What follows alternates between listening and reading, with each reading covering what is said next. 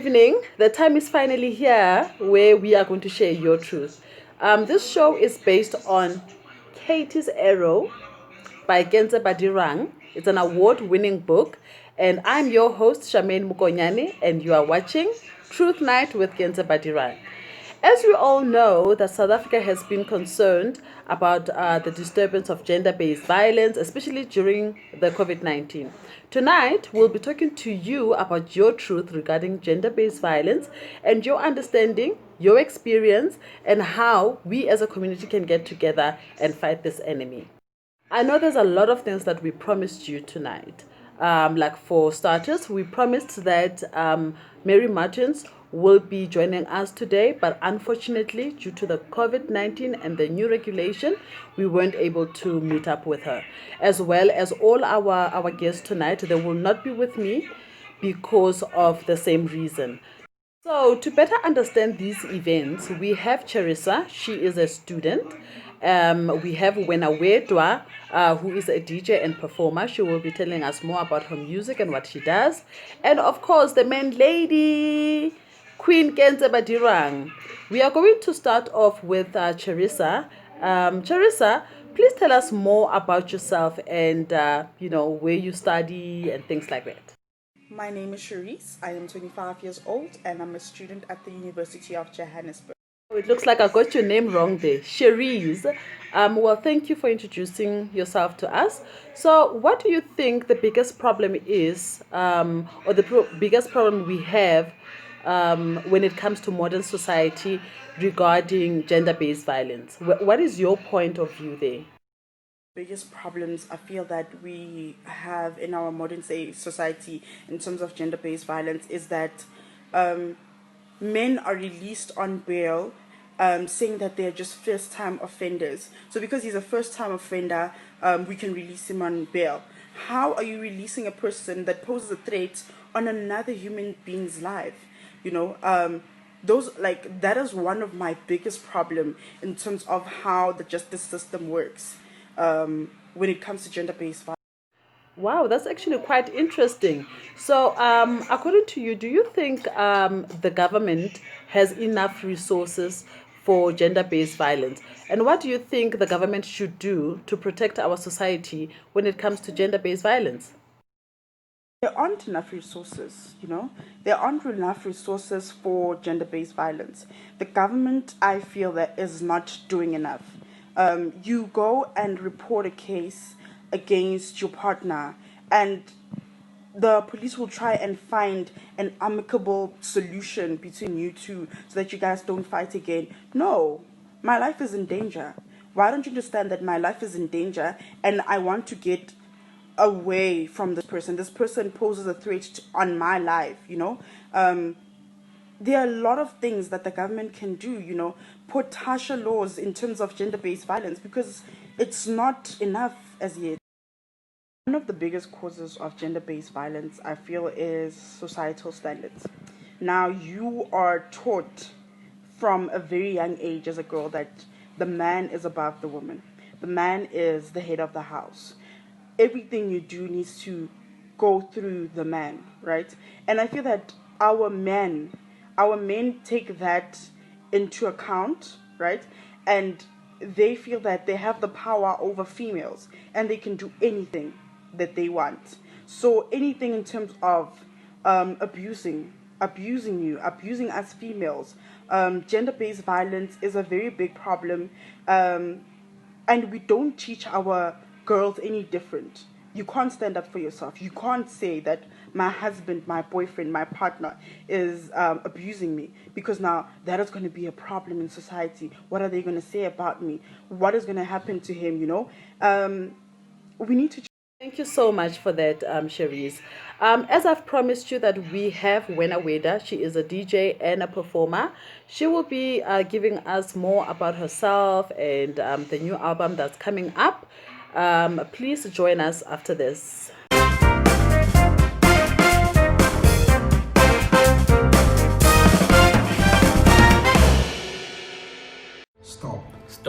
Stop.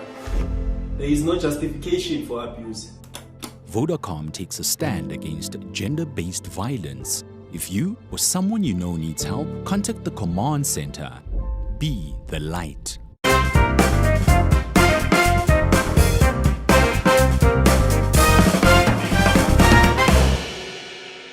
So yes, I have an album out. It's self-titled Wenawedwa. Funny enough, people think Wenawedwa was a stage name, so let me just address that. That's why I say it's self-titled. Wenawedwa is my real name. So anyway, yes, I have an album out. It's an 8-track album, and it goes across different genres, from beat to your neo-soul feel. Although they title it R&B, but yeah, it's very more neo-soul-y, beatsy. And I guess the album was an expression of me, and because I've been wanting to put work out, I guess it was the time when I put it out. It was the right time according to what the universe wanted for me. Yeah. And what inspired Vibrations was the fact that spiritually, as a healer, as a singer, and just as a body and a spirit, I've been elevating. Therefore, my vibration is obviously also, heightening and elevating. And I guess what I was trying to get across is, let us walk towards the light, let us elevate higher, and vibrate higher, not only for our good only, but the good of society at large. And so I put together the song with Kula Fair. Yeah, so we produced it together, and it was magical. Yeah. Black Bodies is about how black people are not seen as humans first and foremost, being mistreated, dealing with racism, being enslaved, and many other horrible things. And it also speaks about gender-based violence, and I mentioned there it being, being black is criminal. And to get to a point where you're made to feel that your darkness is discussed, it's infuriating amongst many feelings, it's pissing off, rather, to put it blandly. So it's about that. It's a protest song that, sure, you think our darkness is disgusting, and you've tried, what do they call it? There's a term for it, but you've tried to reduce us and make us feel like we're not worthy, and I say, screw that. We are worthy. Yeah, that's what Black Bodies is about. So Black Bodies is out. It's on all digital stores: Spotify, Bandcamp, iTunes. It's out. It's been out on digital stores since March sometime. The music video is coming out soon. So just stay tuned. Check out the album if you like. Follow me so you can stay tuned on what I'm currently busy with and what's coming out that I've already worked on. Everyone, I guess, is a spiritual person. I always say that we are bodies in a spirit, and that's just how big the spirit is.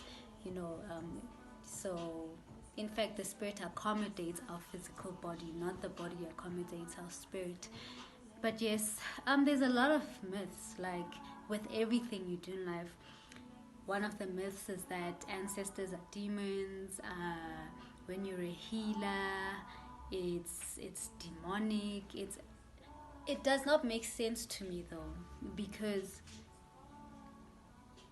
I believe in the divine, Kamata, Mvelinqanga, God, however you call it, and it usually starts with that. It's Kamata, it's your guide, people who came before you, who've experienced things, and who can then help you, align your things well, because they've experienced their way. Because remember, once you've left the world physically, your spirit lives on forever. Now that is immortal. That is powerful. So the myth is that they demons, and I think people must be specific. Please own it. When you say an ancestor is a demon, say your ancestor is a demon, not other people's ancestors. One, you are disrespecting not only the person, but the people they walk with. So let us honor each other, let us respect each other, let us see each other, because we don't exist alone on earth. If we needed to exist alone, we would, but we exist together. Why? To coexist well, with love, with light, and everything that empowers and builds us as humans, that elevates us spiritually. So yeah, those are like some of the myths, yeah, like we need to check ourselves, we need to check our perceptions, and we need to broaden our view of everything in life. Life is not one reality. May we also remember that we're not living the same realities at the same time. Therefore, there's no time frame to time. You can't lock down time. You can't lock down a reality. You can't stereotype a reality. It's different. We experience it differently, but we need to honor each other and see each other, and at least give people respect, even if you don't agree with what they believe in. And my issue anyway with that is, when I am coming and not agreeing with you, that's fine, right? Because we all believe different things. But the moment I want to enforce what I believe in, then that's a sense of entitlement. I'd never want anyone to be like me. I'd always want you to be yourself and be the best representation of yourself. That's where your power is. When you yourself, you offer something no one else can, because it's yourself. You can be a DJ. There are spaces. Reach out to us, to women who are willing to help you, and let's all grow together. And it is possible. It's fun.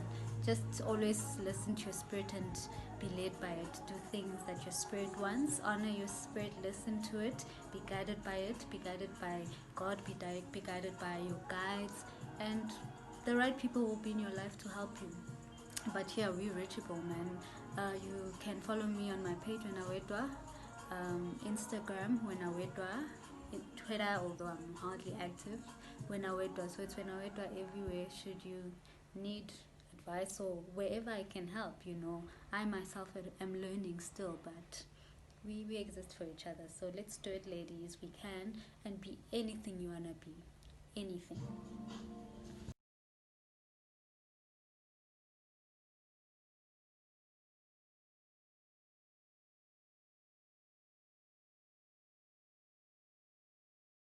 Well, ladies and gentlemen, that was Wenawedwa. Up next is going to be our queen, our lady, Kentse Badirwang, the main reason for this show. She will be telling us more about the book, once again, Katie's Arrow, which was published last year, 2019. She will be giving us more info and insight on the book.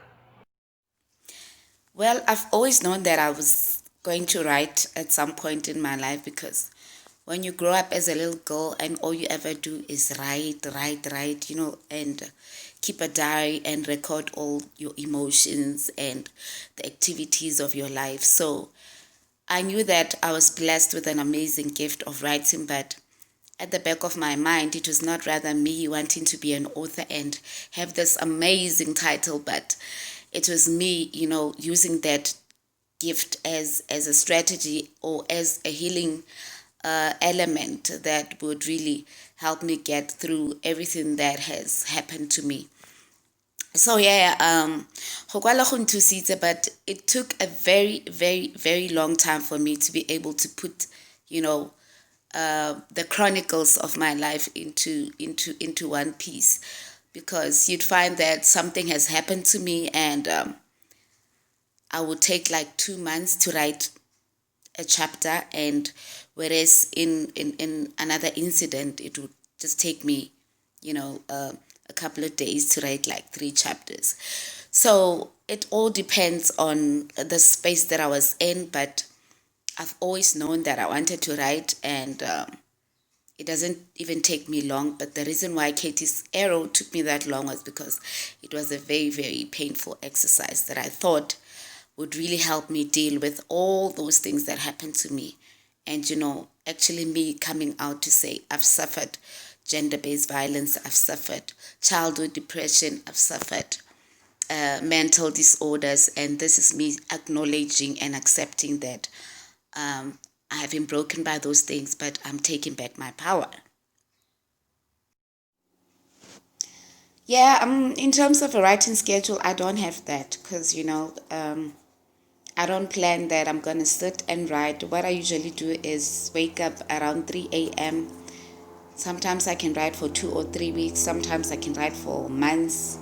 It depends on the type of content. So it's easier for me to write non-fiction because now those are the stories that are in my head, my fantasies, my things that I'm passionate about, and mostly things that I've read about when I was growing up. So I don't really have a work schedule.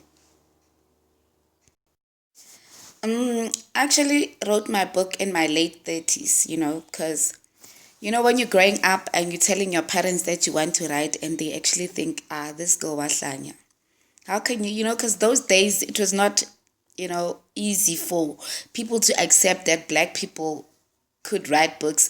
And even if they do, they have to be in their late 50s, almost at that time when they're like ready to exit with their 30, with their 60s, going out with a bang, having written a book or two. So my parents did not really believe that writing is something that I could do and it's something that I could make a living out of. So I wrote my book when I was very late. In terms of getting ideas, with my first book, because I haven't released any other books, so I didn't need ideas because I was writing about my own personal experiences. And then with the two books that I've written, it was about, my fantasies, what I read when I was growing up, and just me being creative around things that I was passionate about. Katie's Arrow is a book that I wrote in 2007 and had it launched in 2016. So as you can see, it took more than a decade for that book to be released. But Katie's Arrow is a book that talks about my journey, as a child, my teenage life, early adulthood life, and I think at the back of the book I wrote Gore, it's about the same picture, the same journey of what everyone in South Africa is going through, but with different strokes. What I meant by that, Gore, if a person gets to read my book, there's a piece of themselves that they can find in Katie's Arrow. Katie's Arrow e botlhoko, but it's funny and it brings out my personality.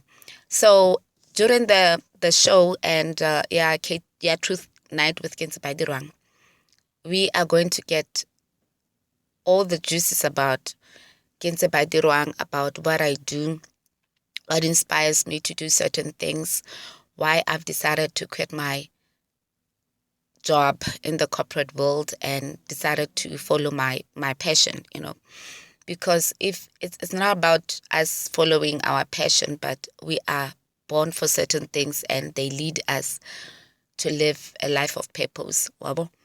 So people can expect a lot of healing from Truth Night with Kentse Badirwang. So they can expect a lot of fun. They can expect a lot of topics selling gore. Most people don't want to talk about them. That is why I, decided to put everything in my book. Dilo tse eleng gore even my own family didn't know anything about. Unfortunately, Kentse Badirwang couldn't say more details on regarding the book, but definitely on the next show we definitely gonna have more insight on her book. For now, I've got our viewers who has few opinions and advices regarding gender-based violence. Whenever I think about gender-based violence, first thing that comes to me is, am I the next victim? Am I gonna die in the hands of someone that I was supposed to trust?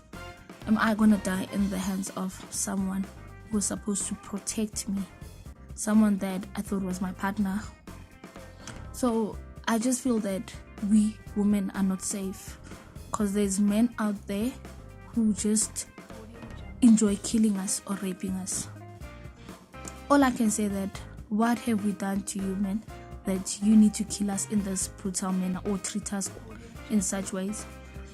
So all I can say that if you feel that you are a man, fight your peers, fight with other men and leave us. If a woman doesn't want you anymore, accept it and move on. For you to kill that person, who are you? Who gave you the right to take someone's life? Enough is enough. Stop killing us.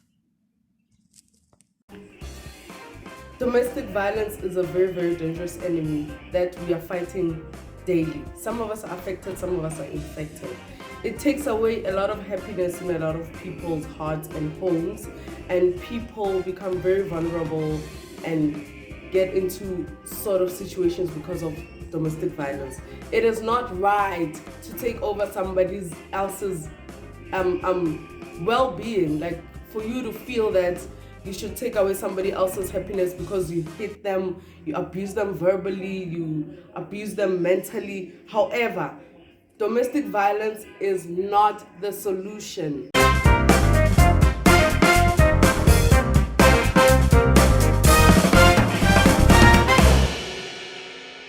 And that's how we're going to be wrapping up tonight's show. From me, Shamin Mukonyane, Khoshi Khadiyaba Kwena. Thank you for watching Truth Night with Kentse Badirwang. Hi, Baby Rock. Thank you so much for joining us this evening. We tried go rizamile ne. Kiri corona ke eng, we couldn't get people, but we promised you on the 15th of July, a night before my birthday, we are going to be launching this show that I hope is going to be very close to your heart. Yeah, little child, you know, your feedback is very important to us. So thank you so much for taking your time. Babang, please support us. Bye bye, Simbari, check it out though. And I'm looking forward to seeing you in our next episode of Truth Night with Kentse Badirwang. See you soon. Bye.